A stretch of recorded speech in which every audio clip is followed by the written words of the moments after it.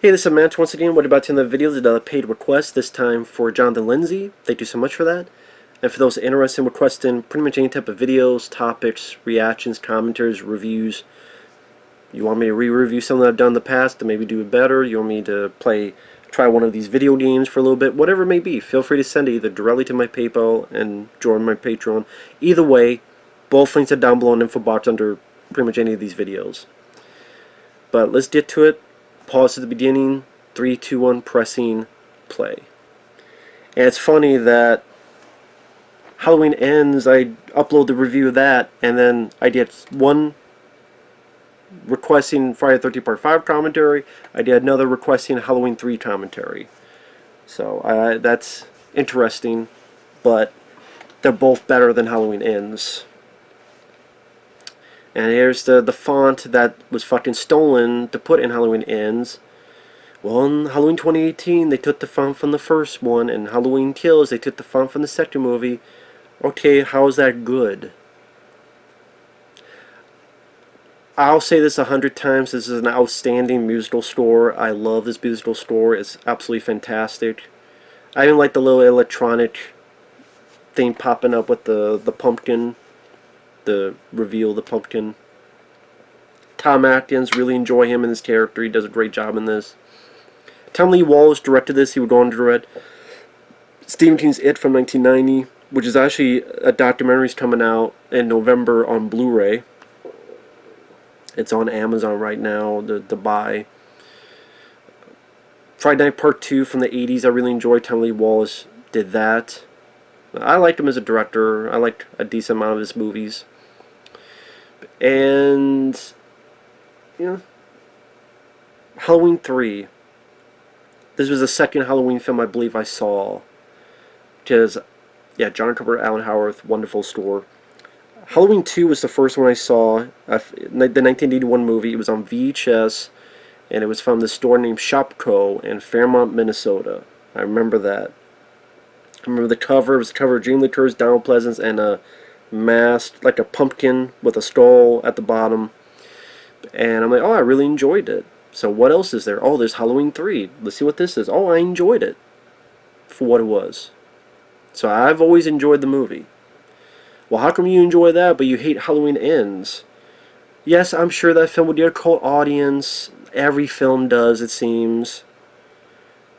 Apparently, Rob Zombie's Halloween 2 has fans. I disagree. I think that's a piece of shit, just like Rob Zombie's Halloween. Here's the Halloween films I like. 1, 2, 3, 4, H2O, and most of Resurrection. I don't like the first 15 minutes of that film. I think it's a bottle of piss. But I like Dangertainment. I like Busta Rhymes. It's goofy. It's silly. I can have fun and enjoy myself watching it. But my favorites would be Halloween 2, 1981, then this one, then the first one, then I would put either 4 or H2O. It's one or the other. Either 4 or H2O is next, and then either 4 or H2O, then Resurrection, because again I can laugh and have fun. I don't like 5, I don't like 6, I don't like Rob Zombie's Halloween 1 and 2, and I don't like any of these new ones. If you do, cool. We agree to disagree. I don't know what else to say. But, yeah, this film came out, it bombed, and, you know, people say it should have just been called Season of the Witch. Perhaps, yes. Because I don't think it would have gotten as much backlash. Just like that 1998 Godzilla movie, Roland Emmerich. If you call that movie Reptilian or Big Fat Ass Monster or something like that, I don't think it would be as hated. But at the same time, I wonder, because Halloween 3 is in it, would it be as widely seen because it's part of a big franchise and they see it, they go, okay, what's this? Since it's, you know, I'm doing a marathon of these movies. Or would it be one of those films that is a good movie still, but would be forgotten because, you know, it's not attached to a franchise? So it's this catch-22. I think at the time it hurt it, but in the long run it kind of helped it because it got more notice because of it's part of a franchise, so people seek it out and go, oh well, this is actually pretty good. So it's this catch-22 thing.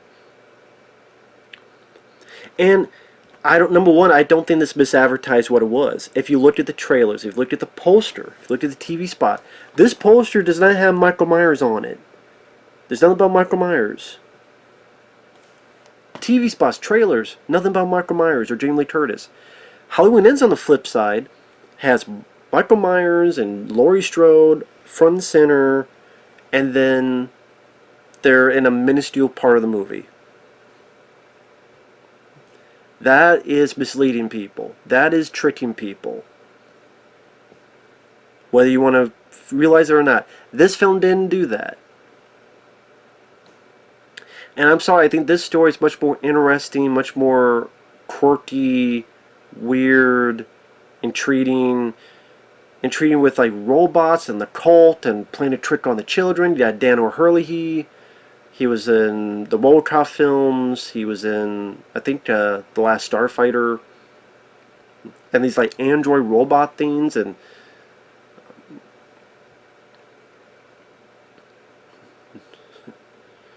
I don't know why he didn't move out of the way of the very slow car, but okay. Yeah, I don't know why. And yeah, like a lot of it, I don't think the film's perfect. At the end, I still don't know why that girl's a robot. Was she a robot the whole movie? Was she a robot? I guess when they took her away, they made her a robot. I'm like, that was quick. Why did she not try to stop Tom Atkins from destroying all the fucking shit? She just stood there and ran with them. Like, why did she wait till after everything's destroyed to try to kill him? That's a bit funky to me. You know, I don't care for that. I don't think you needed that, honestly. You did not need that. I mean, it's a cool effect with her head, but it's like, I don't know.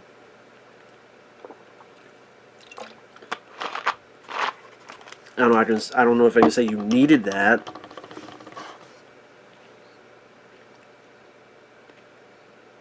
The same station where it'll be at the end of the movie. Oh, that's a reference to near the end of the film. What's on TV there.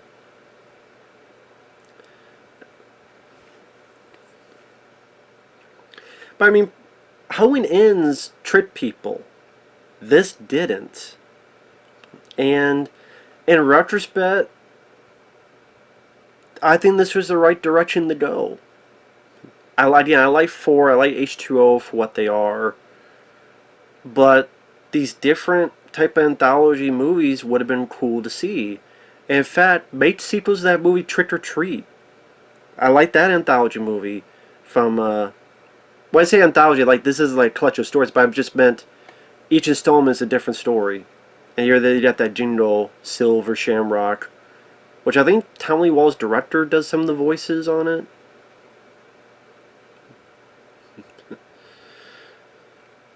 It's very catchy music, maybe annoying, but so it's like a lot of actual TV commercials, catchy and annoying. So it did its job. It was realistic, but like I would say it didn't trick people, and it's also a much better movie compared to Halloween Ends. I'm sorry, like the story of Halloween Ends is a shitty Twilight wannabe love story where a guy kicked a door and it hit a kid and he flew like a football onto the ground like flipping a burger at McDonald's or wherever the hell. That, I mean, look at the way that begins. Now look at the way this begins, where a guy's running, you don't know why he's running. What's he running away from? What's he scared of? What are these things that are chasing him? And then he's in the hospital, and you have this really like ghastly death scene, and ooh shit, what the fuck? Like this creates intrigue. What happened to this guy? Why does he have this mask? What's he running away from? I think not yet. See, that creates a bit of interest of like what's going on, what's happening. And here's another positive. Tom Atkins is your lead. He does a really good job. Plays his doctor.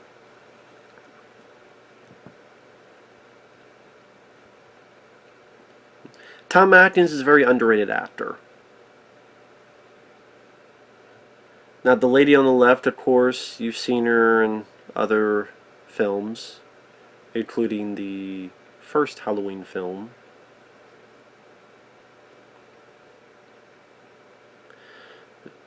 They're disappointed they don't have the silver shamrock.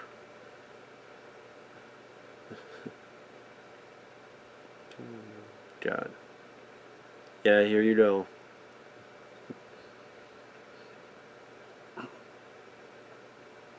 But it's one of those things where Tom Atkins, like I said, underrated actor.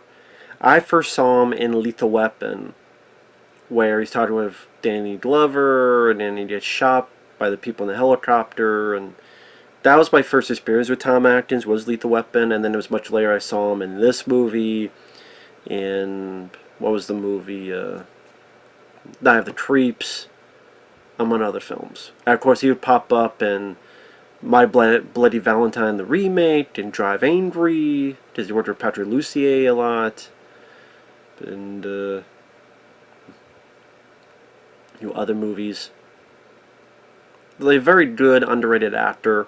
The Fog, he was in John Carpenter's The Fog. I really liked him in that movie. Like I said, seems like a very nice guy when you watch interviews with him. Just seems like a genuinely nice, good guy.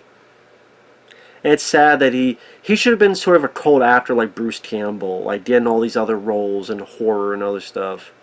That would have been nice to see. I mean, he didn't get in some, but it would have been nice to see more of him in this type of stuff. Like, think of, I really enjoyed The Relic, and you have the Tom Sizemore role. I just think like another monster movie, and you have Tom Atkins play that kind of role. I guess you would say that's Night of the Creeps, but I don't like the way, I don't like that he dies in Night of the Creeps. I thought that was, that's one of the reasons why I don't rewatch that film a lot. It's not a bad film. I liked it. I don't like what they do with his character. I don't like that he gets killed off, and then in one of the endings, the fucking slug is in him and comes out of it, his body. I don't like that. I'm sorry, I don't. Just, I can't fucking lie. I still like Night of the Creeps, but I like the Monster Squad more from that director, and there's other movies I like more. I like it, but I don't love it. I would say I like this film more when it comes to... I love Tom Atkins' character in that movie, but his character in this one's good too. Personable, likable doctor.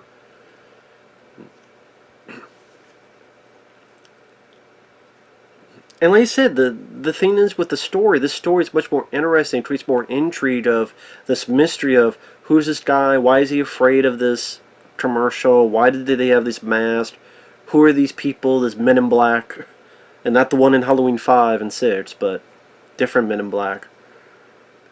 I believe this is Dick Warlock, who played the Shape in Halloween 2, which I thought he did a great job. That is my favorite Michael Myers, is the one in Halloween 2. It is someone's like, when I talked about Halloween Ends, it's like, you like Halloween 2? How the hell do you like Halloween 2? For many reasons. It's got a great setting in the hospital. I don't think characters are that stupid compared to Halloween Ends and Halloween Kills. I think it has as much atmosphere as the first one, in terms of lighting, in terms of the musical score. It's fantastic. It amps up the blood and bloodletting a bit more compared with the first. Donald Pleasance, great to see him in that movie.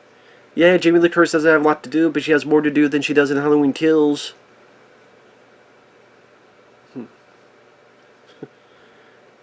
I like the way it ends. It's my favorite ending of the Halloween films. With the... Well, I do like the ending of H2O, except again, the first 15 minutes of Resurrection were at least that kind of sullies it, so... I remember this being like a really grisly death scene. I think it's like the sound effect and... It's just the way it crushes. I think the bit of the effect, like, just crushes in the skull.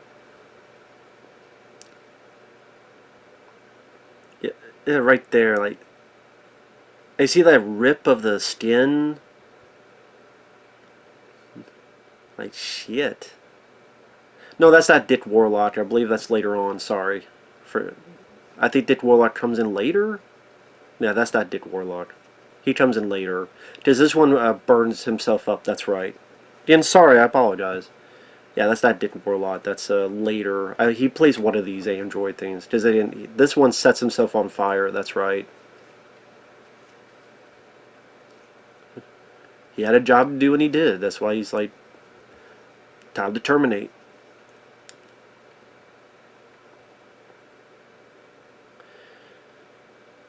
And Dean Cundy with the lighting, the photography, like, he worked with John Carpenter a lot. Then, John Carpenter produced this, so he worked with here. Great, camera work coming down this hallway here. And the way it's staged with this reveal of this person, this thing, burn themselves up. Another empty hospital, like, well, almost empty, like, fucking, well, I mean, no, there's more people here than in Halloween 2's hospital.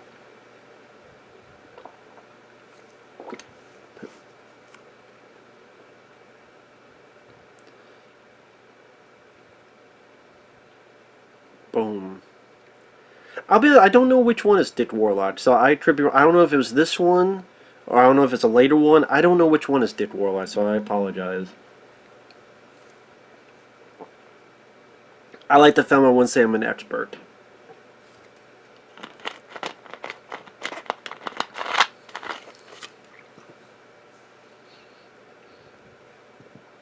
So this right here, people ask, well, how come you like Halloween 3 but you don't like Halloween Ends? Just take the first 15 minutes of each movie. That's all you have to do. The first 15 minutes of Halloween Ends, some pussy Corey is afraid of being in an attic that has more light than this room and is bigger than this room. But he's like, he's 21 years old. And then hits a kid and he flies like a football. And it laughed my ass off. And then compared to this, intrigue, mystery, what the hell was that? Ooh, really graphic, gnarly, like, kill, with the sound effects and, like, the rip of the skin, and, okay, Tom Atkins get initial likability with this character. I understand his motivation. This was a patient of his and died in such a weird way, and then saw him set himself on fire. That's fucking weird. What's going on? Intrigue. Makes you want to know more. Makes you want to follow the story more. Halloween Ends. Jack shit. Shitty fucking Twilight wannabe love story for 40-some minutes, for fuck's sake. And it shows how fucking brain dead that movie made me. I forgot the Lindsey character was in the movie. Because I was bitching for like 5 minutes. Lindsey, where the fuck she is? Be like, she's in the movie, dude. She's in the bar talking to the Jamie Lee Curtis. I'm like, there you go. She was such a non-entity, I completely blanked her out. Because there was all these featurettes about Lindsey's in the movie. That character in the first movie, she was a kid, and now, and for what? What was these featurettes? She's worked with Jamie Lee Curtis. For what? There's nothing to it. Not jack shit. Sorry. Go back to this. But I know John Carpenter, he's not a fan of Halloween 2 from 1981. I don't agree, John. I mean, John Carpenter's my favorite director. He also directed The Ward. And The Ward was really lame. So, but you're not going to agree with everybody. Hate to be the bearer of bad news. Even your personal friends, you're not going to agree with everything. Let alone total strangers. But Halloween 2, he didn't direct, he wrote, and he's like, there's nothing left for this. And John Carpenter had a point, but I still like Halloween 2. And after that, you really didn't need any more movies if you're truly thinking about it. And it did. John Carpenter had a point. Look at this new trilogy now. Halloween Ends is so new. I mean, it just took bits of the beginning of Halloween 5, the Dr. Death, or the old guy, whichever deleted Dr. Death scene, and then it was this old guy who kept Michael Myers alive for a year, or at the very end of Halloween 4 where the evil transferred to Jamie, Daniel Harris, and had the knife. It's not the first time someone got transferred evil, for fuck's sake. Halloween 4 is the end did that. So it's not that fucking new. And that was done better in that movie.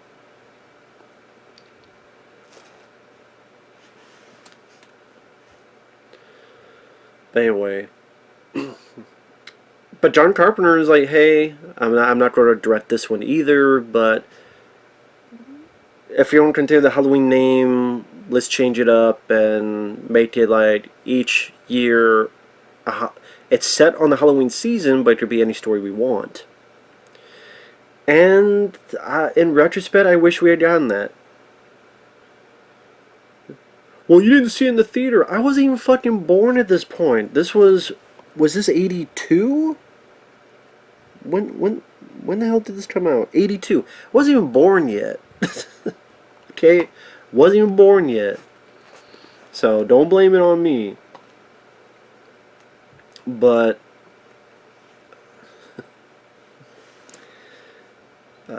I can understand the producers going, well, this didn't make money, let's go back to the well. And they waited 6 years. Because 1988 was Halloween 4. And yeah, I like Halloween 4 for what it is. Because I like the characters. I like Daniel Harris. I like Ellie Cornell. I like Donald Pleasance coming back again. People don't realize with me, each film, there's comparisons, but you also judge on its own merit, and it helps if there's characters or actors or performances in it that I like. There's Michael Myers. That's as long as he was in the new movie. That Silver Shamrock jingle.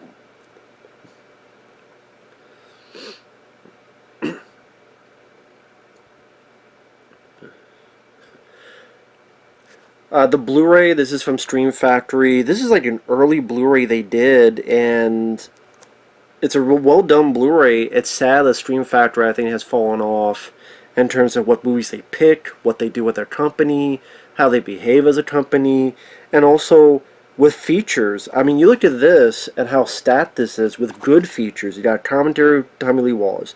You got commentary with Tom Atkins. You got a good 30-some minute making of with edited together. Tommy Lee Wallace, Tom Atkins, Stacey Nelkin, who we're seeing right here. Brad Shater, who I think was the kid who got killed by the pumpkin mask. Stunt coordinator Dick Warlock. Executive producer Erwin Yablans. Director of photography Dean Cundy. Total composer Alan Howarth. And more. And then Horse Hallowed Grounds. Sean Clark. The locations of Halloween 3. Nowadays it's, hey, we're going to film you on StreamYard or Skype or wherever the fuck they film it. It's going to be a 5-6 minute interview with an opening and a closing, Justin Beam, whatever the fuck doing it. And then it's just like either the same questions or here's a text, or it just, there's no flow to it, there's less care to it.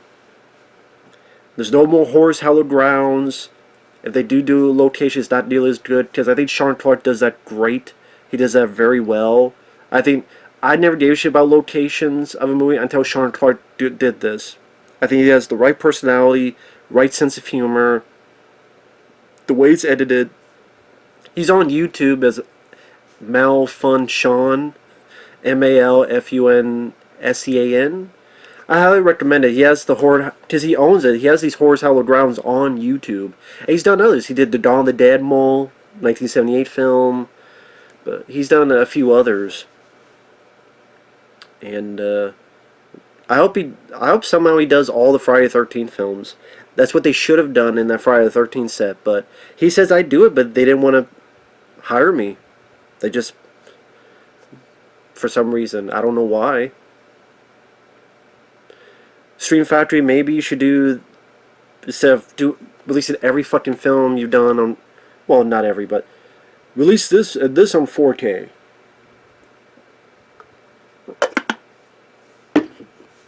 That's just my opinion. Yeah, but we're getting to the more of the mystery of what happened, where did back tracing the steps of Stacey Noten's father. I think Tom Atkins. It helps when you have a character you can follow through and root for, and you're going on this journey. You want to be with a character that you like, you enjoy either his persona or his personality or development or writing or all the above or some of the above. We didn't really have that with a film like Halloween Ends, because most of it was fucking Corey, who's a fucking crybaby bitch, that I've seen more people in real life get picked on more than Corey, and they didn't turn to killers. Sorry, buddy. I know you fucked up and was asked him, but got the junkyard, gave you a motorcycle.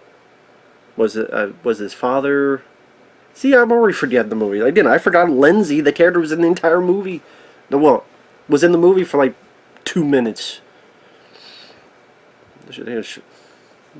Sometimes movies like that kill your brain cells. That happens a lot when I review a shitty movie. It kills my brain cells. It's like I reviewed this Kevin Sorbo Predator ripoff called Flesh Wounds. I'm like, Joaquin Woodbine, he was in the Dawn of the Dead remake. He wasn't in Dawn of the Dead remake. He was in films like Caught Up, but he wasn't a Dawn of the Dead remake. I don't know what I was thinking.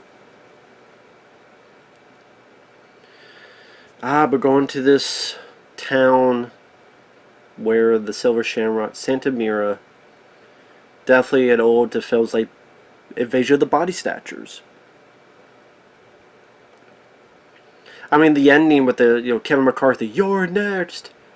A little bit of that for the ending to this, which I'm not really big on downer endings. It's just a personal preference. But there are certain movies that do it well. John Carpenter and The Thing and other stuff, I think, do that well. I think this film does that well. As that question mark, the way Tom Atkins is acting, the way it's edited, it's rising the tension. Stop it! And then the music, love the music. As a question mark. Did he do it? Did he not do it? Pick your poison.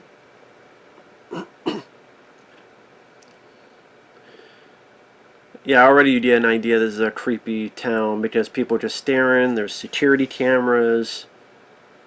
Definitely a town being watched. I mean, I don't know if we're to assume everybody in this town is a robot, an android, or they're just keeping quiet, or are they all part of this cult? This cult.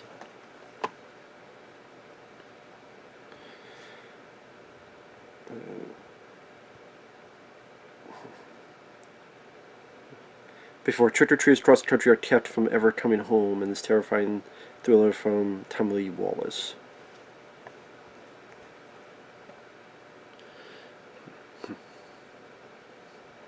And yeah, 1982, when this came out, was such a big year for a lot of movies. I mean, Star Trek 2, and I think like First Blood, and Conan the Barbarian, and E.T., and Tron, and was it, I think, Friday the 13th Part 3? The 3D? John Carpenter's The Thing, Blade Runner. But I would assume John Carpenter was really down the dumps after this year. Because he's a very talented. People go, well, why is he so grumpy? Why is he so angry? Yeah, I mean, he should be nicer. I'm not going to fucking sugarcoat it. He should be nicer and not be a dick at times. Because he does come off as a dick at times if you see interviews and such. I can admit that. He's my favorite director, but you gotta admit that stuff. But I can understand a bit of his. Maybe that's why I'm more easy on it. I can understand his frustrations. This is a guy who I think is immensely talented.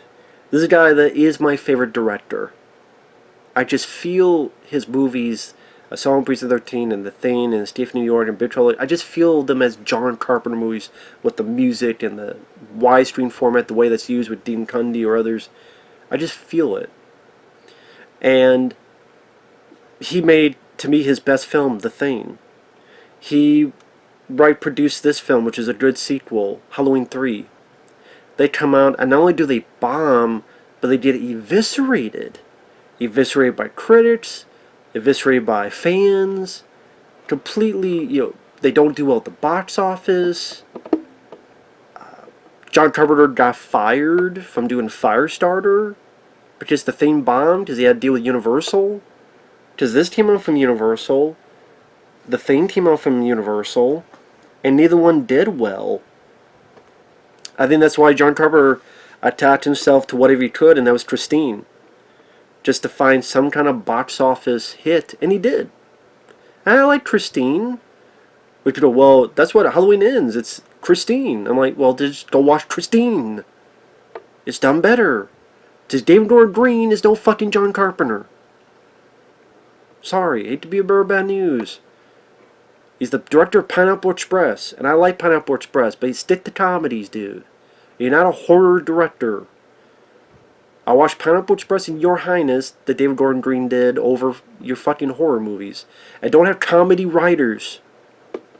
Okay, you're comedy. You're not horror writers. Sorry, Danny McBride and others.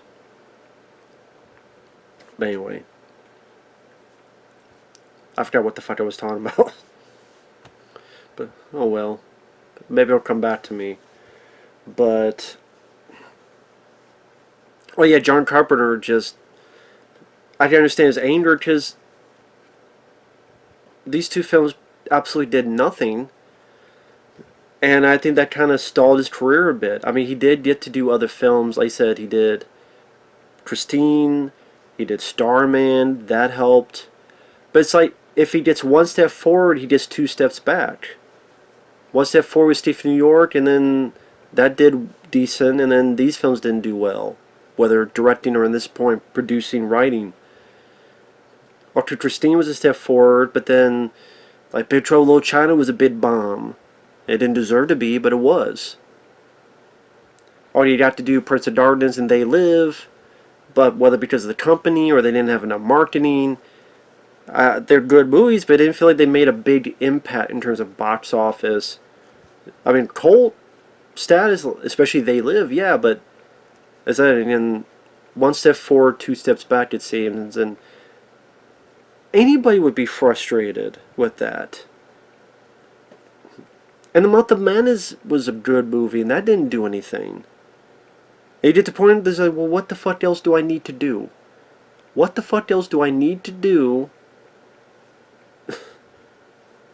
And you think about some of these horror films that make so much money, like fucking Hereditary, Midsommar,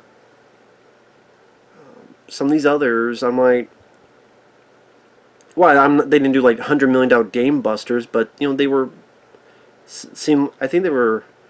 Actually, I don't know how much money they made, so I'm talking out my ass. But some of these movies that do make money, why?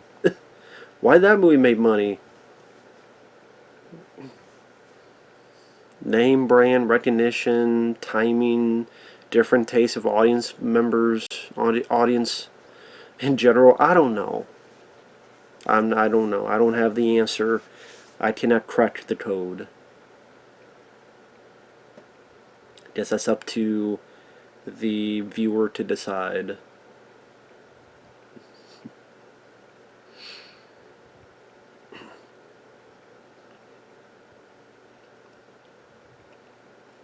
But yeah, we're getting settled in this town and getting sort of the remnants of this town, how it feels oppressive and feels like you're being watched. At least those are what it seems like with these characters. They're being watched. Well, because they are.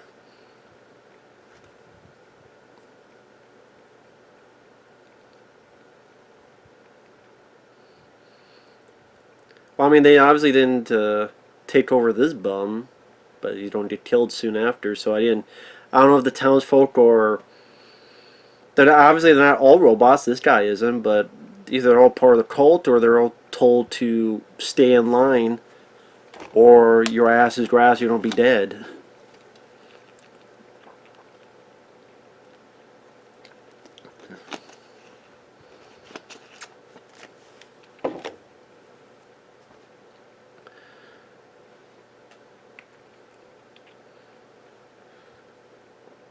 But yeah, I mean, it is interesting that Halloween Ends. Like the two films you pop up is Friday the 13th Part 5 and Halloween 3.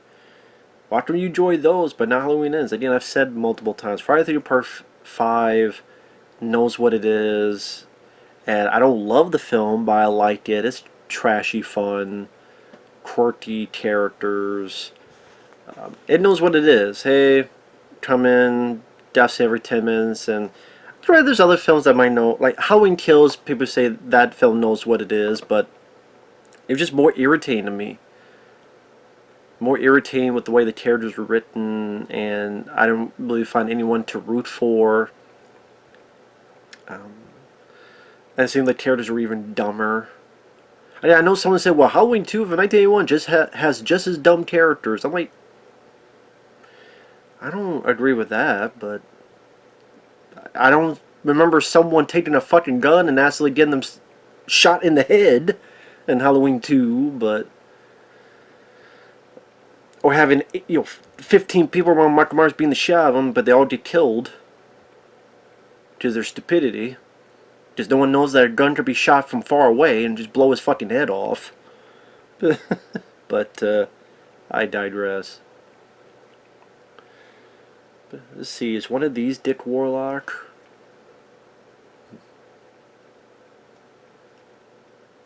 Because this bum's gonna get it. Oh, I think he gets his head ripped off, which is cool effect. This might be Dick Warlock. Yeah, that's Dick Warlock. That's Dick Warlock. The guy rips his head off. Ooh. That's Dick Warlock there. That's the guy who the fucking Fountain of Blood. I forgot about that. He was the stunt coordinator on this, and he played Michael Myers in Halloween 2 from 1981. That was Dick Warlock, the guy who ripped the head off. That's him. I recognize his face. He's interviewed on the Blu-ray. Just wasn't sure because it's been, a couple decades. But that's Dick Warlock that does the ripping of the head off. The playing an android. Wow, I guess Robot Andrew Harrows? Do you explain it? Glass bottles. I guess there are glass bottles, but it doesn't seem as much. I guess you're going to... Is that Coca-Cola? I think that is Coca-Cola. You see? Coca-Cola. Which, the products I enjoy seem to be Coca-Cola. Like Mellow Yellow, I think, is Coca-Cola. And Mountain Dew Code Red, I think, is Coca-Cola as well. I believe. I think those Coca-Cola products. But what did Halloween Ends have? Pepsi. The evil Pepsi. Always be aware of the evil Pepsi. Whether regular or diet. Well, I think there's Pepsi and Cobra, so I guess that's an exception. I believe, so that's an exception. But it knows, because I think doesn't the guy at the beginning blow up the Pepsi thing? Like, it's like, it's evil for the movie, get rid of it. Oh yeah, this woman gets shot in, well, there are a variety of ways that people can get shot in the mouth, but this is a more of the violent way. That'll be later on.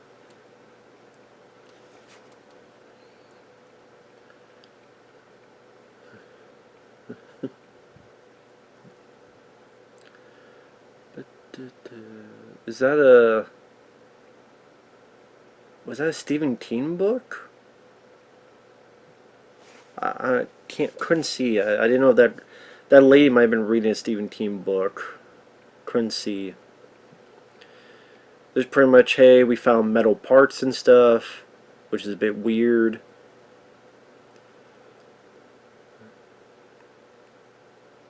Of course, after the film, you know why that was the case. But you see, it's a interesting story that makes me want to know what's happening next and what's going to happen. And if you find like the new Halloween films have an interesting story, I'm glad for you. I don't agree. I don't have to agree.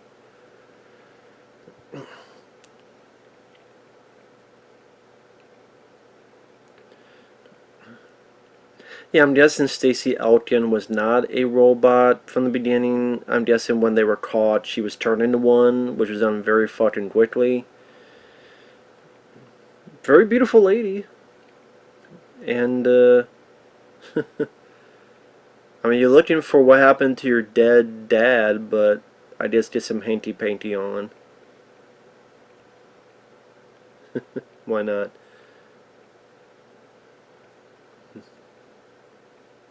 Yep, cover that up. Too bad. Oh no, I see a little bit. I see a little bit.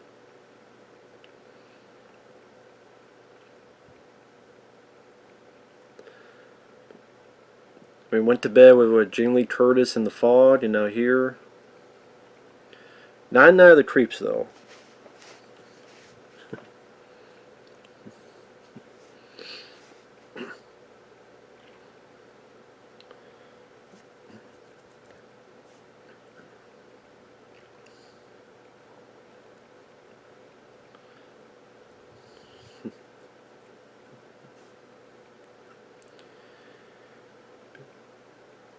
And I guess, this was the second one I saw, and, like, do I like this more than the first one, or no? Like I said, this is a hard thing with doing rankings, is that they can fluctuate. Because, maybe I like the first one more than this. Again, just this one with the music and other stuff, I do like those aspects of it. Because I'm a sucker for... Okay, that's not Stephen King. It's Carlos something. That's not Stephen King. I guess I was thinking because maybe... Obviously, Tommy Lee Wallace would do Stephen King's It, and John Carpenter... He was going to do Stephen King's Firestar, then later on did Christine. I was thinking maybe it'd be some Stephen King reference, but no. This is where she gets the laser in the mouth.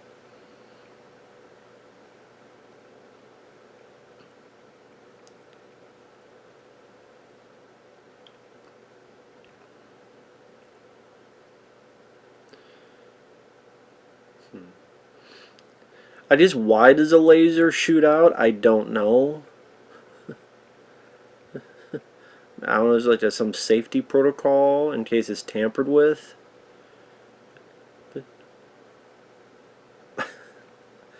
Lightsaber went into her mouth.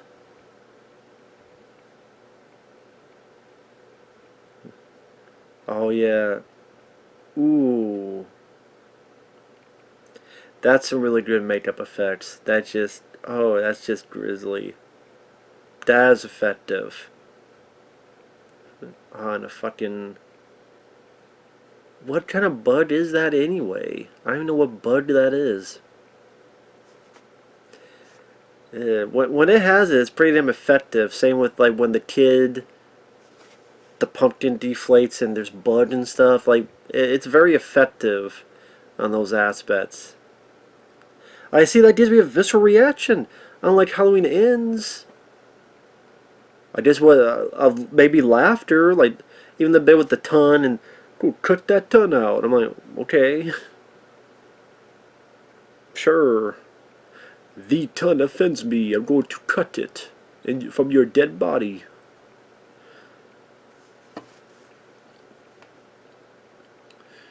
There's the cleanup crew.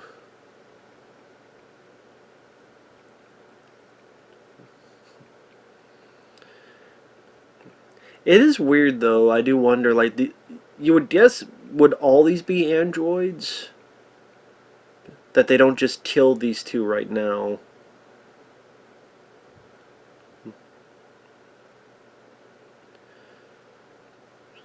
I mean, you would think there's enough of them. Just grab and, hit them or rip their heads off or something, but...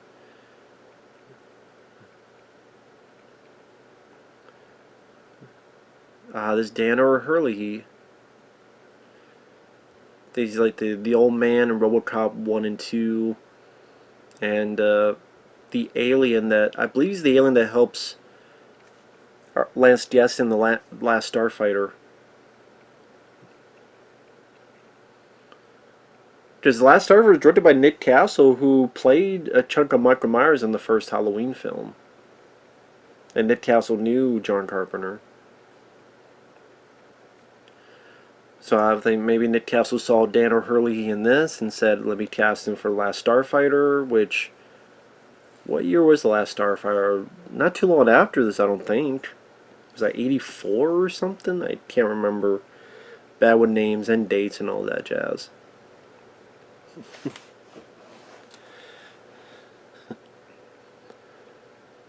Did nice way that the town's lit. I mean, there's definitely a nice atmosphere to the movie.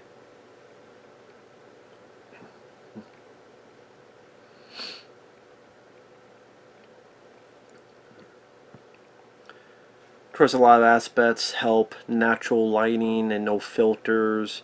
Being shot on film, which I do think there is a difference between shooting on film and digital in terms of look. I did not having unnatural filters in there, having natural lighting. I think all those aspects do help as well. I just think, the film like this looks better to me.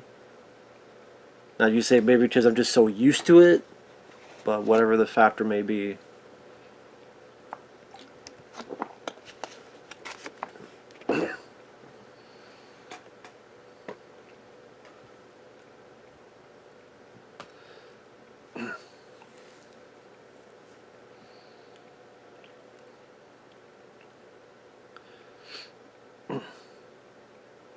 More of those weird machine-like parts.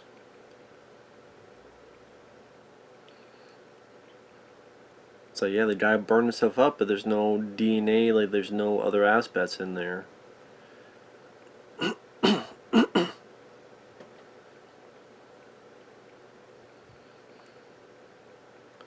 This lady tries to help, but she gets killed for it. Right there, that shows there's a bug. The phone got bugged. That was that, like, over here at the bottom right, you see that there's a little device. That means the phone was bugged. So that's how they found where this lady was at and what's going on, and they overheard, they were listening. So they sent an assassin out, because I know that lady, that doctor, dies. I'm surprised they don't try to kill these two earlier. I mean, they're watching, obviously, right there. Maybe just to see what they do next, or find the right time, I don't know.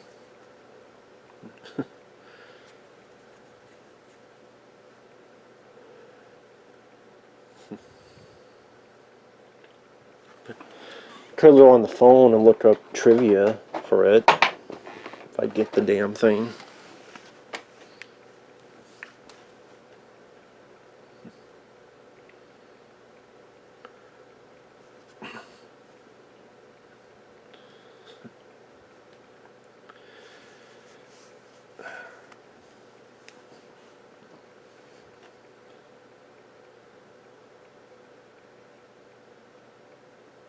But yeah, I remember this being one of the early, not the first, but early releases of Scream Factory that I think had people notice this company, Halloween 2 and 3, and how packed with features they were.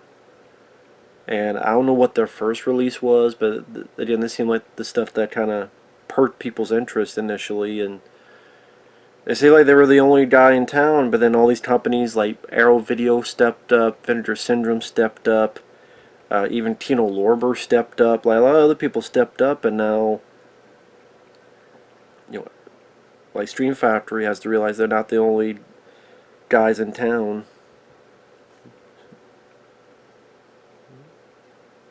Had to be the bearer of bad news.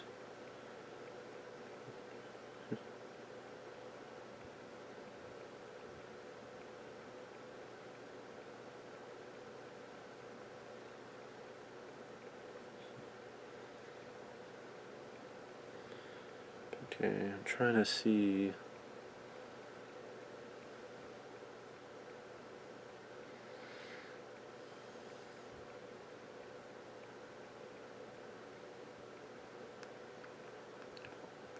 Sorry, if you're wondering what I'm doing, looking on the phone, I'm trying to see if there's any trivia.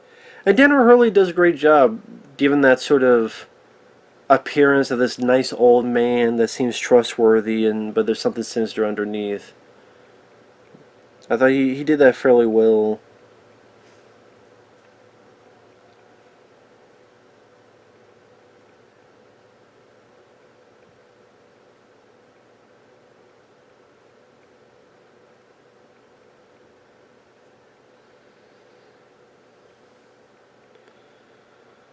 But let's see. I mean, the masks themselves, not too bad design. I mean, I still don't think kids would be that fucking gun ho to get this. I mean, people nowadays are because of Halloween 3, the cult status, and they look fine. But I don't know if it would be the nationwide. Oh wow, I gotta get these three. I mean, they look fine, but not like absolutely need to get them type of thing.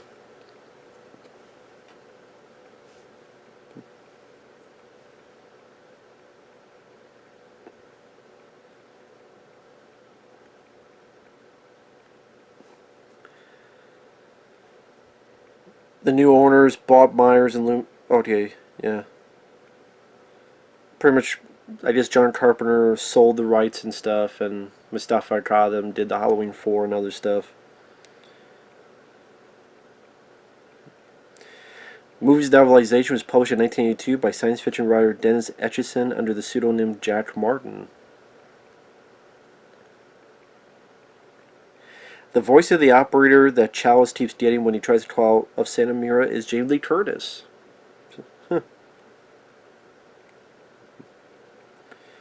All London Bridge is falling down, kind of that jingle for feel of Silver Shamrock. I didn't know that song was in public domain. Don Post Studios did the Pumpkin Mask, Witch Mask, and Jack-o'-lantern Mask. Or the Skull, I mean. The Skull, the Jack-o'-lantern, and the Witch Mask.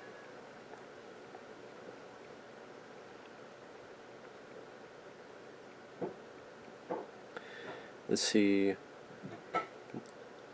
Tom Atkins and Stacey Nelson confirmed that the bedroom scene was one of the very first things they shot together. That's interesting. John Carpenter revealed in an interview for the John Carpenter Prince of Darkness book that the original director for Halloween 3 was Joe Dante. Interesting. Huh. Let's see.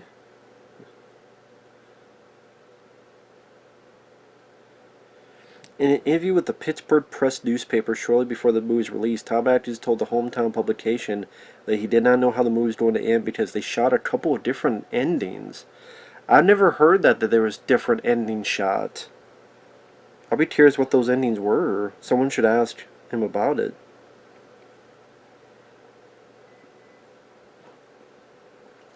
The movie's original director, I didn't know Joe Dante was the original director, approached Nigel Neal to write the movie while Neal was temporarily living in Hollywood writing the remake of Creature from Black Lagoon for director John Landis that was never made to budget cost. Dante wanted a new and different story than the two previous films in the series. The producers liked the idea, and after Joe Dante moved on to another project, producer John Carpenter's regular collaborator Townley Walls came in as the new director.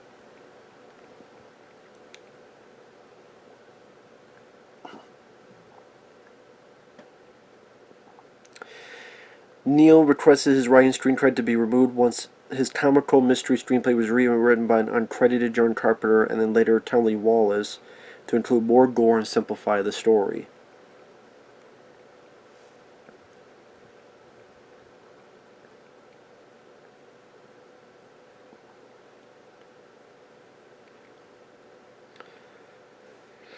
"60% of the screenplay they filmed is the work of Nigel Neal. He says that John Carpenter did a rewrite and that Carpenter was surprised that Wallace did additional rewriting himself.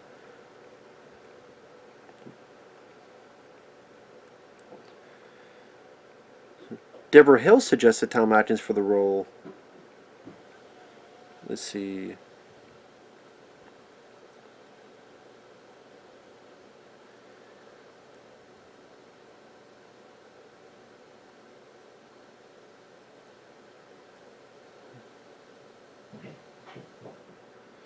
Executive producer Ernie Blondes was against not using Michael Myers in the sequel, even though Myers and Loomis were killed off. He said in interviews that he had little to do with the finished movie and received credit for his minor involvement, but he did receive a fat check for his trouble. Yeah.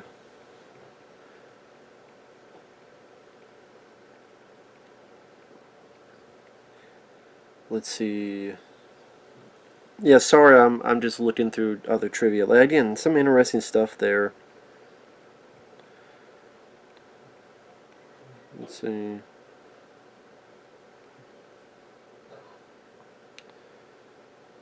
Let's see if there's anything else.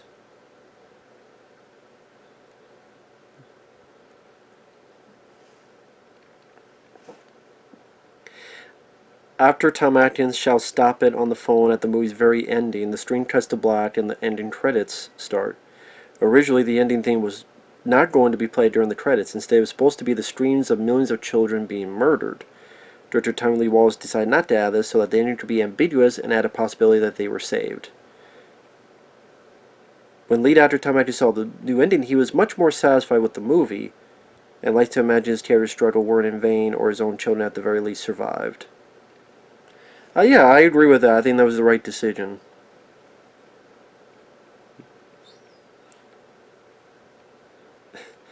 Tommy Lee Wallace was asked by the moderator in 2013's 35 Years of Terror Halloween convention, what was the connection between Stonehenge, Ireland, robots, and laser beams that both melt flesh and conjure bugs and snakes? And his response was, "It's magic, man."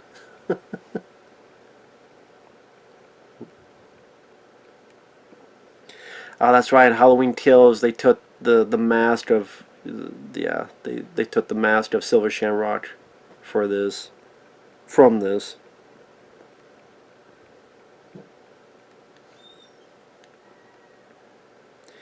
The Eagle's Gift by Carlos Castaneda was the book that lady was reading, who got killed.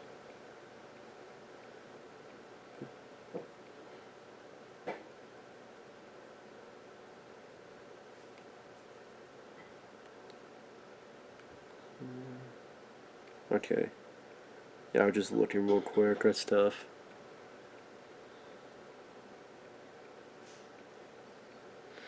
Alright. Again, just wanted to double check on, again, some stuff I never knew. Again, I never knew Joe Dante was the original director for this.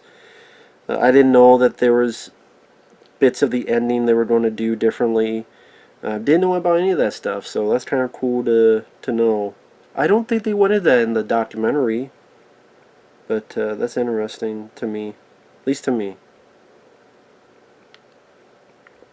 As now more of the shit's hitting the fan and Tom is on the run.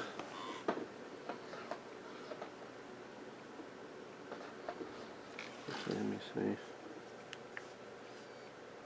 Okay. So I just wanted to make sure my phone was off. And now Tom Atkins is kind of in the same boat, running through the streets just like the guy at the beginning. And you understand a bit more as to why that guy was running.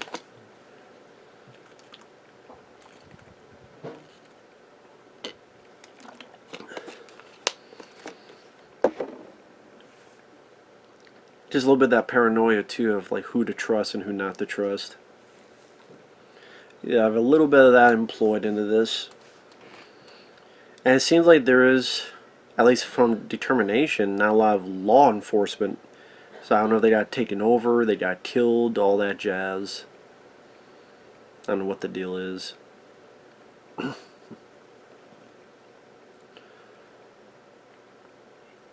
yeah, there's a... let's see.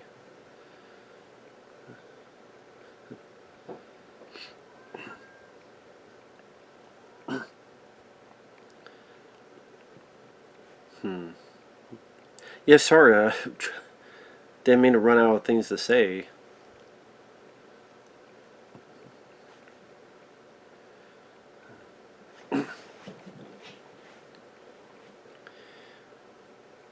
So yeah, Halloween 1 to me is a classic. My favorite John Carpenter film is The Thing, but Halloween 1 is a good movie. Halloween 2, like I said, is my personal favorite. I like that there's added bloodshed and kills, but I love the hospital setting. I know it's very empty. What can I tell you? I think it's still effective for mood and atmosphere. I like the way the film is lit. I like Donald Pleasance. It feels he's the lead in that. I mean, Jamie Lee Curtis pops up in the bed, but I like the other characters. I like Leo Rossi. I like Lance Guest. I don't think they're as dumb as the people in fucking Halloween Kills, like I said before. But I think the ending is very satisfying. Donald Pleasance does a self-sacrifice, ends Michael Myers. Laurie Strode, Jamie Lee Curtis shot the eyes. I think they both worked together to kill Michael Myers, and he didn't need any more movies. I love the bit with the fire. More of that robot stuff. There you go. Tinker Toy Parade.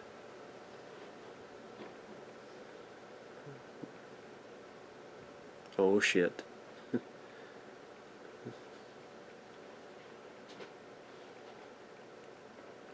Yeah, they showed us how powerful these things are. And yeah, you don't hire someone, hire a stunt coordinator that knows how to do this stuff. Keep the actor safe. Well, we've seen what he can do, rip a head off, so if he ripped a head off on one, he can do it to the other.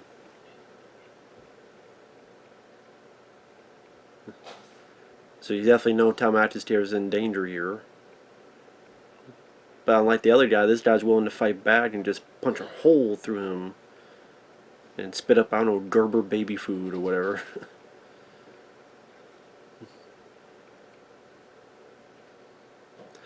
Why all this baby food in you?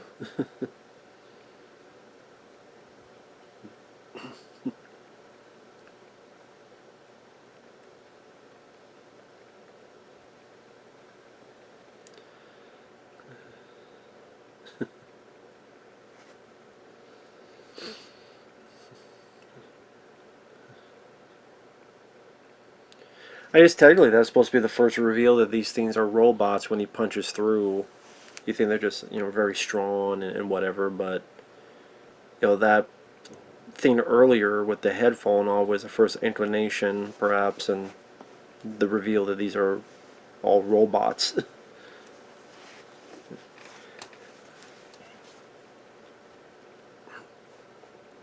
Like I said before, I don't know if you even changed the Season of the Witch, if it would still be a hit, because if it had a lack of marketing, or if there's a lot of horror films that didn't get much attention. I mean, Jar Jarvis the Thing was hated and didn't get the attention it deserved. So who's to say if this film would have? It still would have been. It could have still flopped. Could have made even less money. And hey, this is a quirky film. Who knows if it would have the growing fan base as it does now? Again, maybe because of the name attached, Halloween 3. Halloween's a big horror franchise. They look through the movies. What's this? Get more attention, more eyes on it, more views on it, and you're known about it more. So again, who knows? It's a catch-22 thing all the way.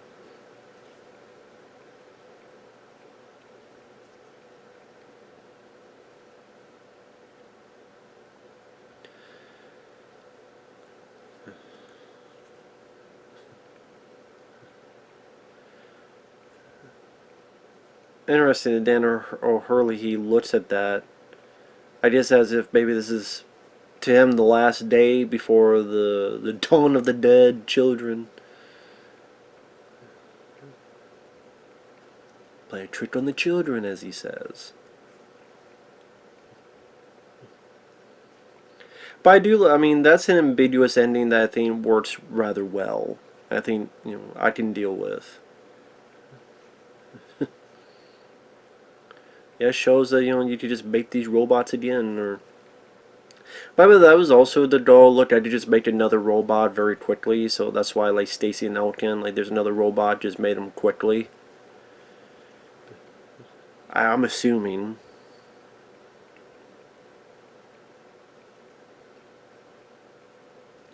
Here's where you get the whole thing with the Stonehenge and what's the deal with that, and the magic, the Celtics, the whatever the hell it is.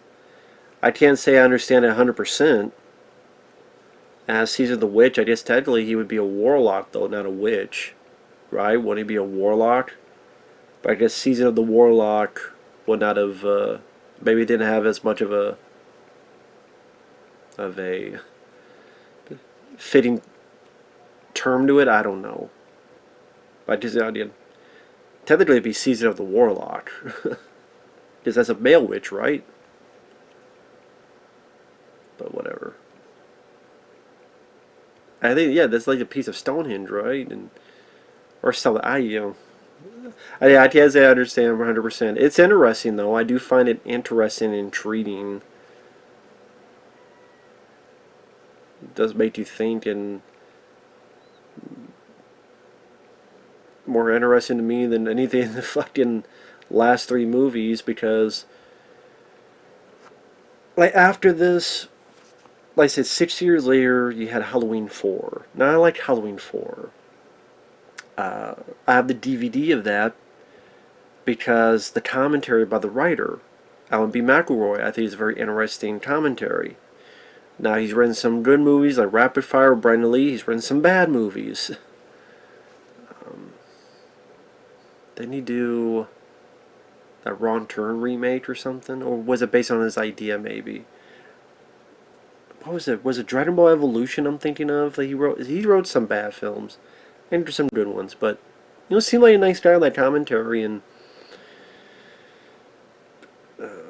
they knew they couldn't get Jamie Lee Curtis back, of course, so they killed that character off.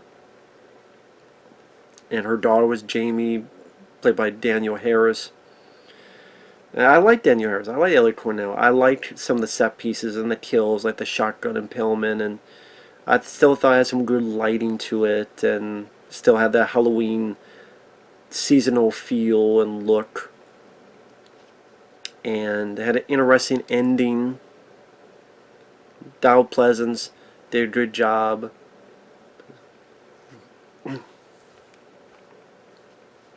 I still really liked it. And I still enjoy that film. I still think that's a good sequel. Halloween 5, I don't. Halloween 5, there was a time before all that where I would say that was the worst Halloween film. It completely shit on the ending of the 4th film. Nothing was followed through. Now Jamie was a mute for most of it. She didn't kill. I think tis the nurse or someone says, "Would you like to talk to your mother?" I just to show the audience, even if we don't see the mother, but just to tell the audience that she's still alive. Donald Pleasance seems much more of an unlikable character in Loomis, the way he's portrayed. The way they stop Michael Myers is a net and tranquilizers and beating him, and it looked like it was supposed to be that Dr. Loomis had a heart attack and died, but he comes back in 6. And then the Men in Black, what the fuck is it? They didn't even know, because they didn't plan. They even said, maybe it's Michael Myers' brother, maybe it was twin brother, maybe it's this. They didn't have a fucking plan.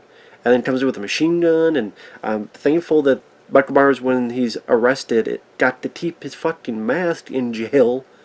You got the cops that come in with clown noises. It's just a lot of fucking bullshit. Killing off Ellie Cornell, which was stupid, because she was like one of your likable characters. You have Tina, who's one of the worst characters in the franchise. I still think she's the worst character, but like Corey is pretty close. But I still think Tina is the worst character in the franchise. Halloween 6, I did not care for. Like Jamie, the character, not Danielle Harris, but Jamie, like, she was raped by Michael Myers and had her baby, so I had her uncle's baby, and then she just killed off in a disrespectful way, and then I don't know what the fuck you. Well, let me stop. This is like one of the prime scenes in the movie. Like, you're like, okay, you now get the full realization of what's going on, what's going to happen. And that's pretty fucking brutal. I think The Mask was a good detail because you would hide the gore, but all this blood and stuff coming out, you get the idea, and just completely just fucked up. Now she faints, the dad screams, but were they killed? Did they get killed by the state here? Did they come in and the robots killed the parents? Like what happened? Like the mom looked like she fainted. The dad is screaming. There's a snake. Are we supposed to, because of Rattler, I guess that he got poisoned? Yeah, because you see snakes. I'm guessing. Yep, he got bit, so he's poisoned.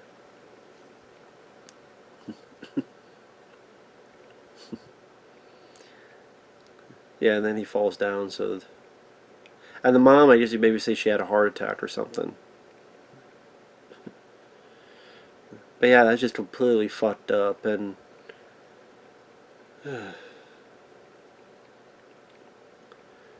it raises the stakes for the bad guys and what could happen to all the kids. And very rare, I mean, not that common that you kill a kid off. But I didn't laugh like in Halloween Ends. The way that was done was so ridiculous and laughable. And they tried to make it look like it was horrific, and I was laughing. That was ridiculous in Halloween Ends. That's how you do it, and you feel it, and it's just unsettling.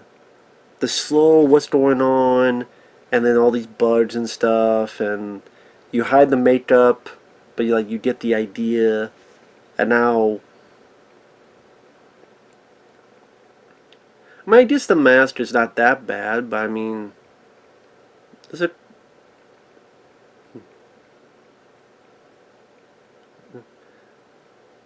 I don't know if it'd be a nationwide hysteria over getting these, but oh well. And this is a show just how many kids are wearing these.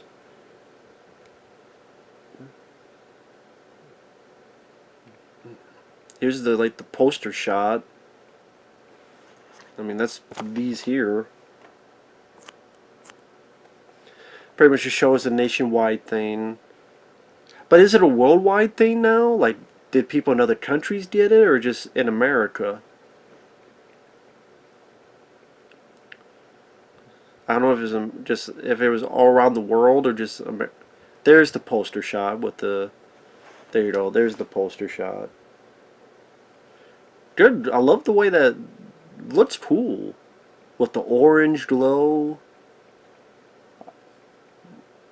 Is that natural or how'd they get that? Wonder how they got that. That looks cool. Like that's a cool looking shot. It's a good looking movie. And now this is where she's gonna buy it. She's gonna be dead. As we got what 26 left. Yeah, about 26 minutes left in the movie.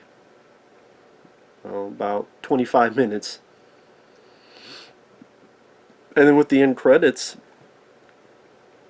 Yeah, about 20 some minutes left in the movie. We're getting to the finale. She's going to get killed. They're going to try to kill Tom. He escapes. And all that jazz. But yeah, Halloween 4 I do like. Halloween 5 is a fucking... Michael Myers cries. It just... I could go on and on about Halloween 5. Halloween 6... Yeah, Paul Rudd stopping Michael Myers with magic stones. Okay. And I just look at... I don't know what Paul Rudd was doing. I like Paul Rudd in other movies, but I don't know what the hell he was doing in that. Halloween H2 I liked. Yes, it's a bit like Scream, but I like Scream. I like Scream 3 for crying out loud. I'm fine with that. Halloween H2O, I like Josh Hartnett. I think Jamie Lee Curtis, I think that was much more of a fitting future for Laurie Strode than becoming the crazy cat lady and I've been with Michael Myers for 40 years. I'm like, that, what does that... I prefer the fact that she was able to... She still has nightmares. She drinks. She's still affected by it. but she still was able to live her life and have a son and move. Not stay in fucking Haddonfield. Like, that made more sense to me.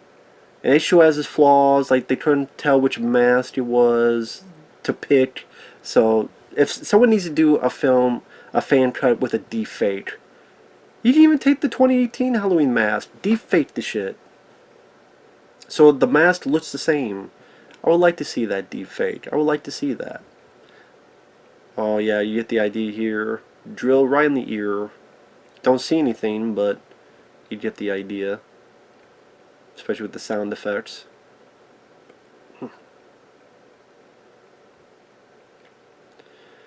Although if you think about it, why kill her? I mean, if in a few hours all the children in the world are going to be dead and the cops are going to be like, well wait, they all have the same mask.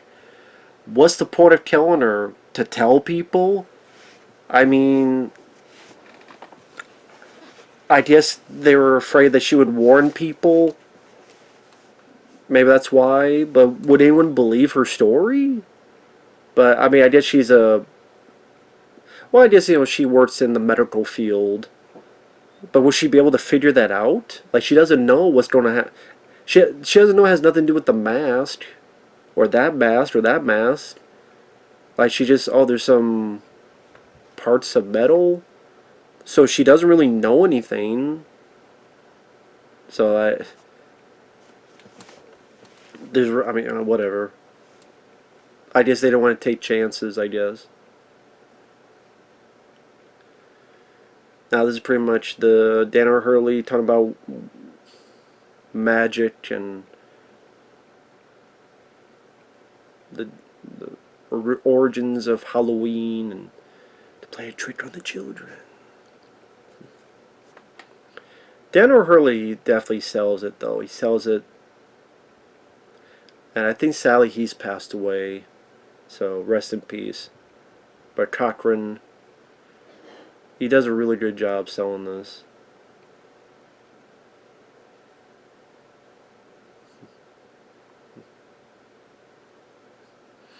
As does Tom Atkins. I mean, they both work well.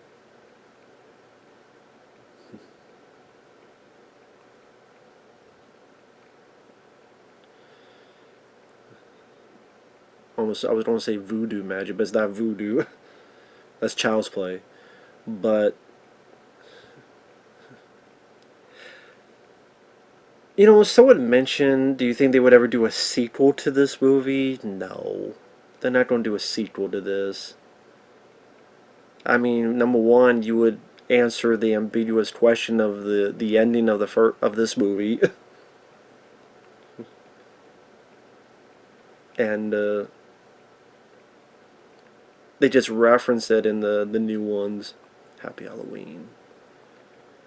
It's a nice touch to have the Halloween music while that's playing. And they did mention Halloween would be playing, so there you go. You want to say Michael Myers is not in the movie? There he is. He's in the movie. He's right there. And he's in as much as he is in the fucking new one. Granted, it's Jamie Lee Curtis there, but you do see Michael Myers. He's in it here as much as he is in the new one, but this film didn't trick you into thinking, you don't come see Michael Myers. And then it's not. And if there was something interesting around it, sure, but it wasn't interesting. I'm sorry, the love story wasn't interesting. Not to me. Corey was not an interesting character. He was not someone to root for. Again, the makers want to keep referencing Christine. You could root for that character of Arnie. The actor did a good job in Christine. There was a much better of a build-up of that character in Christine. Not so much in the new Halloween film. But yeah, H2O I liked. Halloween Resurrection, I hate the first 15 minutes of that film. It completely shits on Halloween H2O. That what the fuck is the dumbest shit ever. It was a goddamn guy, paramedic that Michael Myers crushed. They put it in here, but somehow when Laurie Strode hit him with an ambulance, this is like the toughest fucking paramedic ever. He got back up and he went down the hill and he got crushed and he's still alive and doesn't think to take off the mask. Is the mask super glued to his fucking face? Look, he took off the mask right there. Tom Atkins, why didn't the guy do it in there? Good shot. Apparently it took a while to get that on there. For I understand, it took like multiple takes to try to get that shot where it covers the camera.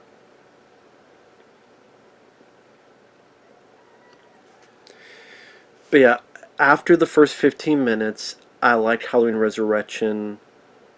I liked the, not security, but the camera, the webcam stuff. I like the webcam stuff.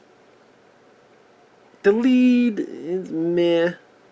I actually didn't mind the guy that had a crush on her, that only knew her from online chat, and then he's typing and trying to help her, text her. I actually liked him. I liked Busta Rhymes. And I like certain actors. I like the kid who's the kid in Teen Arthur's Court kid, the guy from Save the Last Dance. Was it Sean Patrick Thomas? Was that his name? I forget his name from Save the Last Dance. I like some of those actors. I like the setup of the film, that part of the film. Dangertainment. It's Halloween with a live stream going around Michael Myers' house. I actually like that idea. I like that idea behind that. I think Rick Rosenthal, who did Halloween 2, 1981, he didn't do a bad job directing, like, and the lighting of the film. Some of the kills were decent as well. People want to talk about kills. But Busta Rhymes is fun. You didn't need the wah, those sound effects, but I liked someone kicking Michael Myers' ass like that and fighting back. Because I know that was a director, I think I listened to the commentary once, that was one of the things he wanted, was people to fight back against Michael Myers. I don't mind that. I don't mind that at all. Just that you didn't need the wah,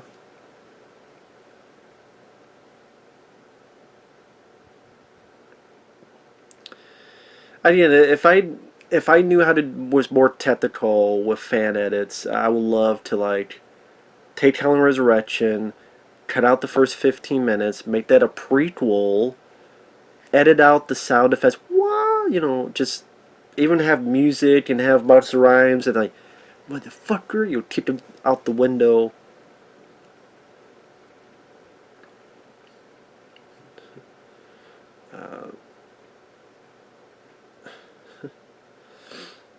And then make Halloween H2O the sequel. Because Michael Myers is alive at the end of Resurrection. He opens his eyes and then he kills the nurse from the first movie and Joseph Gordon-Levitt, who's in Halloween H2O. And then they go from the end of Halloween Resurrection to the beginning of H2O, cut out the credits of H2O, then go to Jamie Lee Curtis. And if I could defake, I don't know how to do any of that shit. I'm impressed with people who do.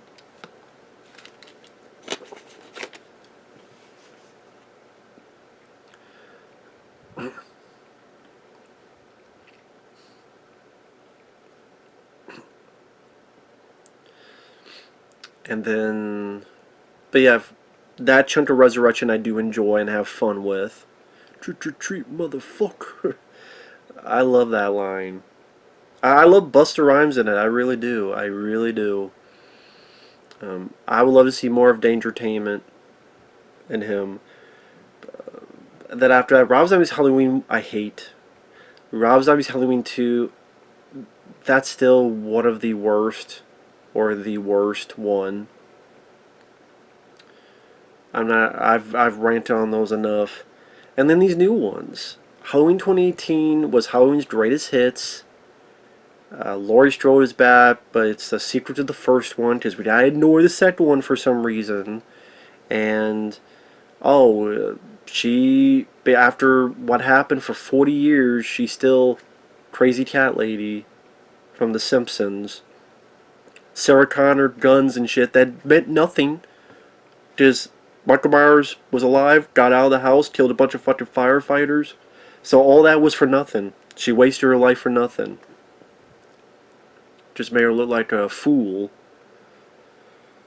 And it was just, hey, there's the bus that they wanted in Halloween 4, but it was an ambulance, but, you know, same difference. Here's the bathroom bit from Halloween H2O, only instead of leaving some stare in the shadow of the woman, it kills the annoying podcasters. Here's this stupid psychiatrist guy who just let Michael Myers out because for the shits and diddles. See, this is the thing here. Like, Stacey Noken is a robot here, from what we were led to understand. Why did she not try to attack Tom Atkins? Why did she not try to kill Tom Atkins? Why did she not try to warn people? It makes no sense. I like this film a lot, but this absolutely makes no fucking sense. Stacey Noken here is a robot, an android. Why the fuck is she not attacking, hurting, killing, doing anything with fucking Tom Atkins? You say she wasn't programmed to. Then why the fuck did she do it later that she wasn't programmed to? Why did she wait till then? Why did she not do it now? None of it makes fucking sense. Like, why does she listen to him? Like, right here is when she should have revealed herself. Right here and there. He has a plan. She attacks. He's wondering, what the fuck are you doing? He realizes she's a robot. Fights her. Biddle chase around. Chase. Using whatever equipment he can. Destroys her. Destroys them. That would make more fucking sense. The reveal should have been here. Not after the fact. Again, doesn't make any fucking sense. And again, as much as I like the film, I'm not going to let that go. That's fucking stupid. I defy anyone to explain that shit. She wasn't programmed. She wasn't told to. Well, then how come she tries to kill him after it's all said and done?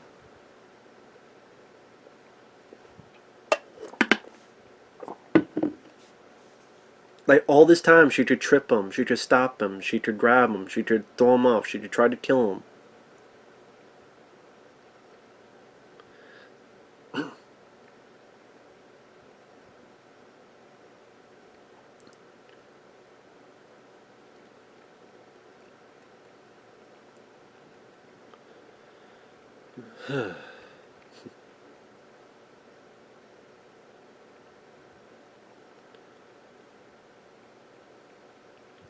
And she's still not stopping him.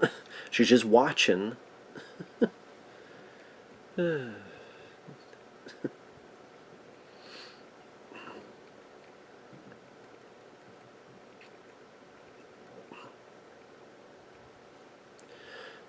Oh yeah, because the program is playing and now all those devices are there, so it's going to create a hell of a experience.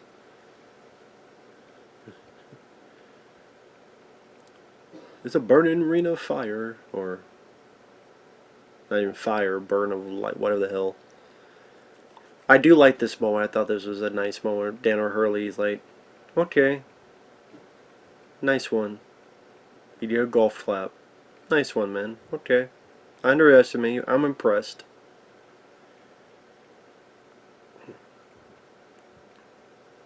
And this is kind of a weird but interesting effect, where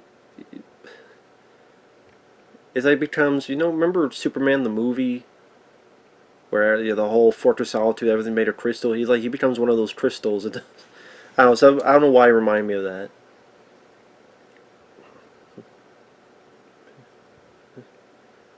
And then part of it is like, okay, if that power, the thing was destroyed, Yeah, I mean, that's not the best effect, to be fair. I guess it's supposed to be the whole thing's on fire. But if that Stone Age thing's destroyed, you would think, but I guess it's still those devices have their own power. Yeah, it is its own little pieces of it.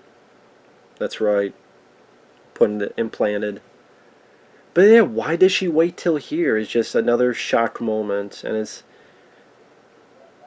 it, I like this moment, but it's just like you sacrifice other stuff to get that. And it's just, hmm, it just depends whether you can live with that or not. This surprise moment.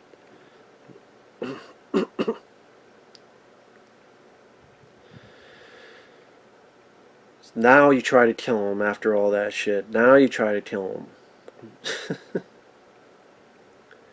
And it's just like they made those robot duplicates really quickly. I never subscribed to the fact that she was a robot the whole time. I mean, they make it a reason why she does not talk after she's been caught. Like, they make it a reason why she doesn't talk, because the other androids don't talk. She was talking all the way before, but none of the androids talk, and she doesn't talk. So there's a reason they did that. It's for that purpose.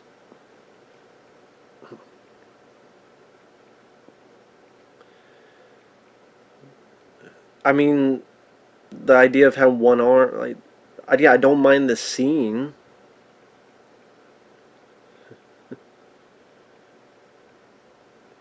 That's a cool little effect with the arm tendril swirling. Like, that's a cool effect too.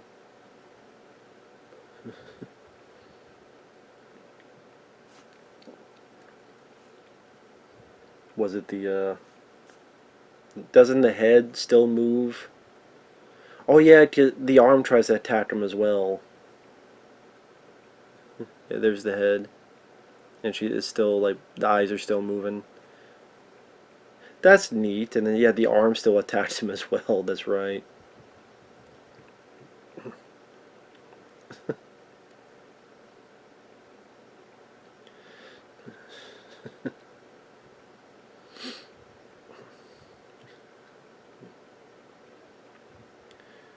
Well, just do it here where chunk of it you just down below the camera and move, and then cut away to a fake arm to throw it. Like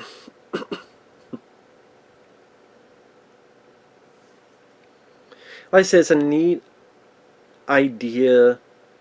It's just that yeah, it doesn't make any damn sense when you look at like to repeat for the 10th time. Why didn't she try to stop him anytime before all this? I don't fucking know. I really don't.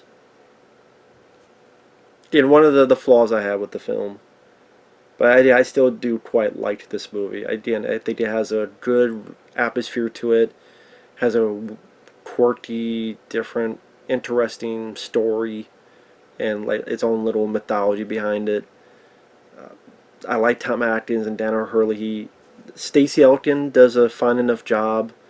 Like I said, the score is very eerie and one of the best scores of the franchise by far. Again, like this sort of full circle. We're back at this gas station. We have another guy running and crazed. I forget this actor who's the gas station. He looks familiar. Now, granted, yes, as he's calling these people, why the fuck would anyone believe Tom Atkins? I know. Why would anyone believe the guy? It's okay, here's some crazy nut calling about some bullshit. Why would they believe him? And some of them do, because they shut down some of the stations. But he could at least tear those masks off with those kids in front.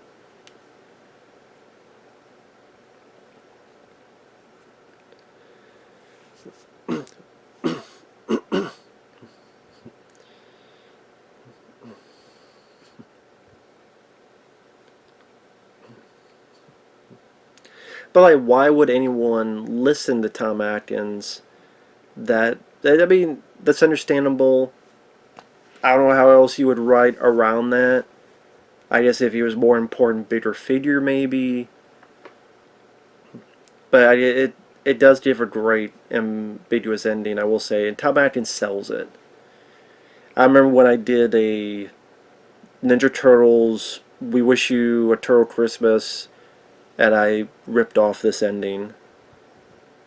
Like, stop it, stop it, stop it!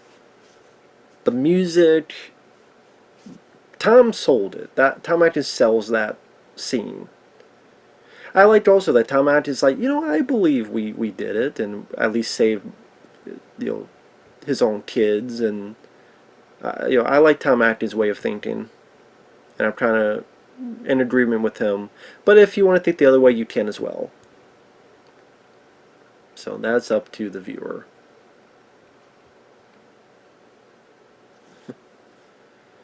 But yeah, that is Halloween 3 Season of the Witch.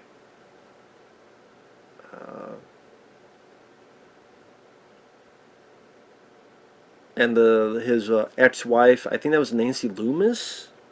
Like I said, she was in Halloween, the original. I think here's Nancy Tees, though, I believe. Produced by Deborah Hill, which she's no longer with us.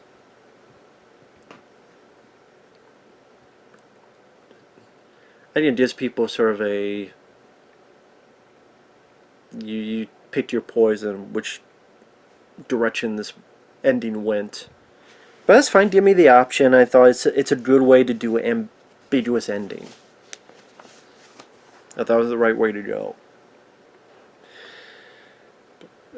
And yeah, I still enjoy this film. I still think it works really well. Watch it again, I still like it. There's still some flaws to it, like I mentioned before. I say it's my second favorite now. I was like, do I like the first one more? The ranking's always... Part 2 will always be my favorite from 1981. Again, I like 1, I like this, I like 4, I like H2O. They're in that running. But